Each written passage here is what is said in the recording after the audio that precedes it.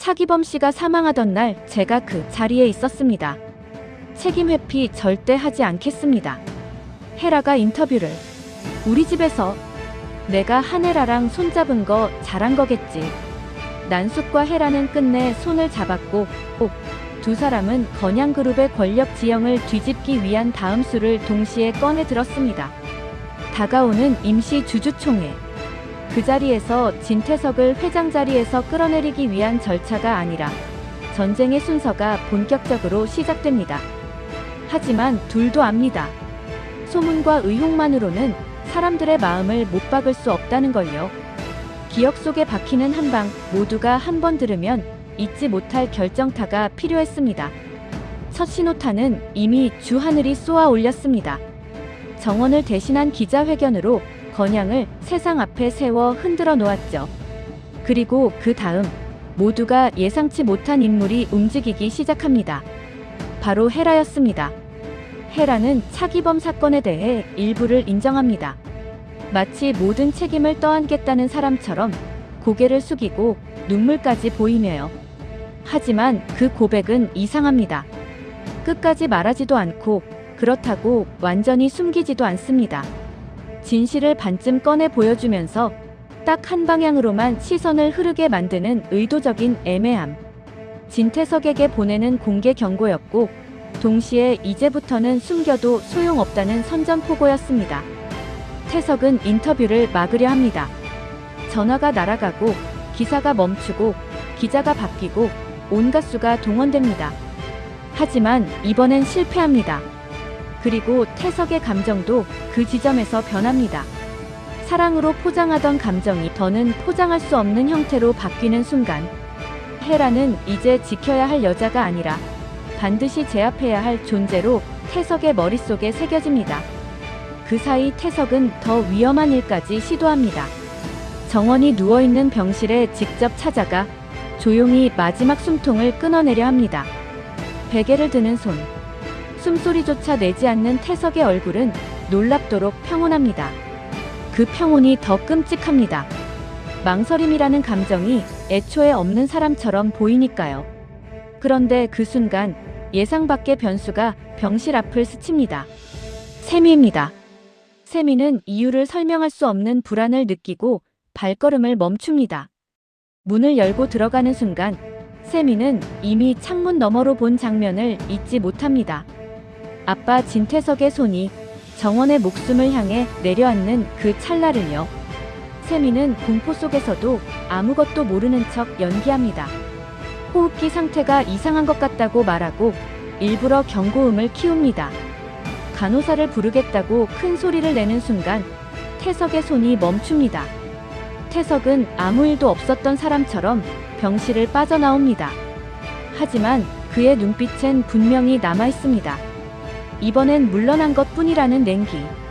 그날 이후 세미는 처음으로 아빠를 의심하기 시작합니다.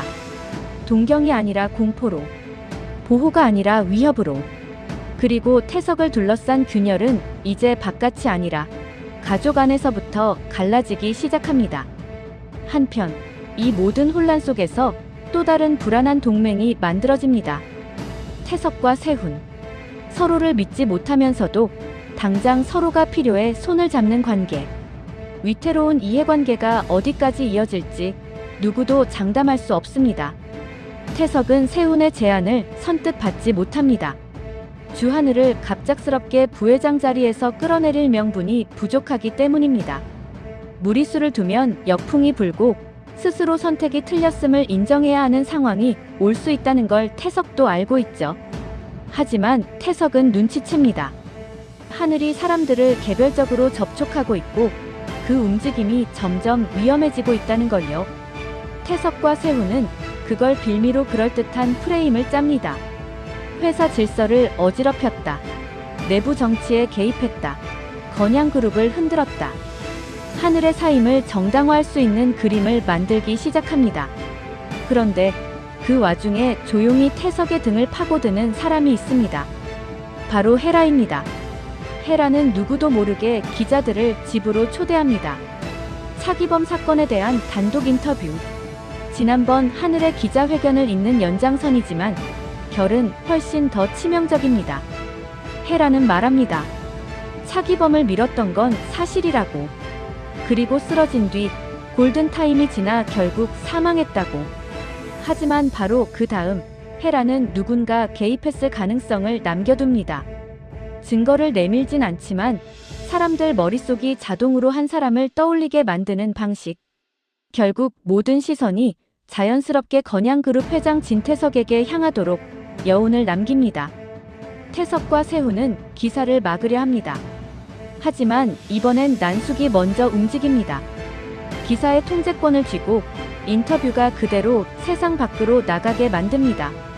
그리고 기사가 터지는 순간 예정되어 있던 임시 주주총회는 더 이상 조용히 지나갈 수 없게 됩니다. 이미 채용 비리와 여러 논란으로 책임을 졌던 헤라.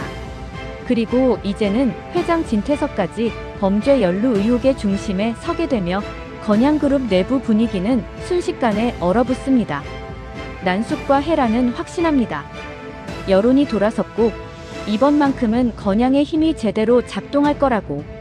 하지만 진태석은 그렇게 만만한 사람이 아니었습니다.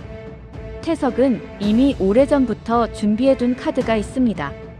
이사회 구성원 한 명 한 명의 약점, 비리, 숨기고 싶은 기록들. 누군가 발톱을 드러내는 순간 더 큰 것을 잃게 만드는 덫.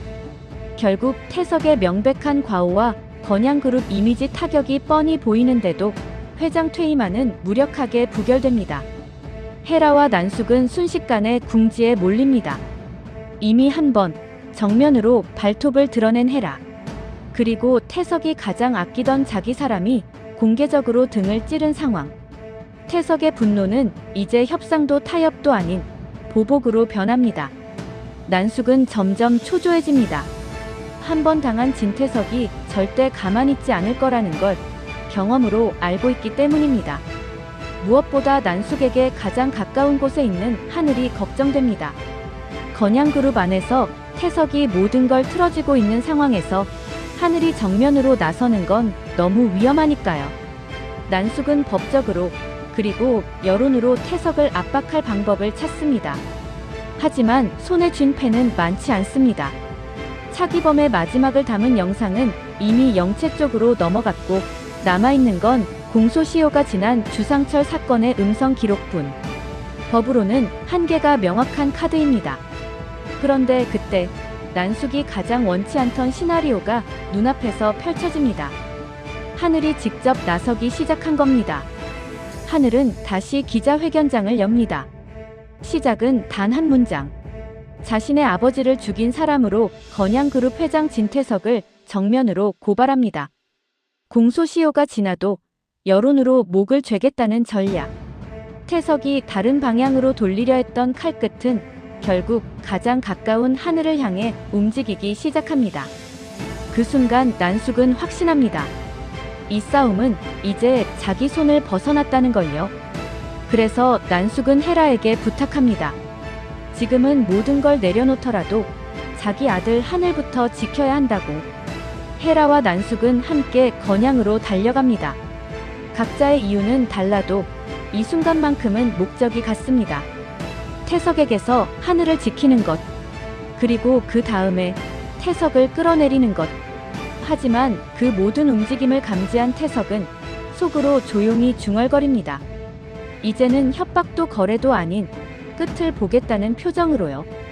하늘이 원한다면 정원까지 함께 묶어 끝내버리겠다는 듯이. 태석의 업보는 그렇게 하나씩 돌이킬 수 없게 쌓여가고 있었습니다. 권력, 배신, 그리고 피로 엮인 관계들이 정면 충돌하는 순간. 친밀한 리플리, 채널 드라마처럼을 구독 앤드 알람 설정하시고 함께 해주세요.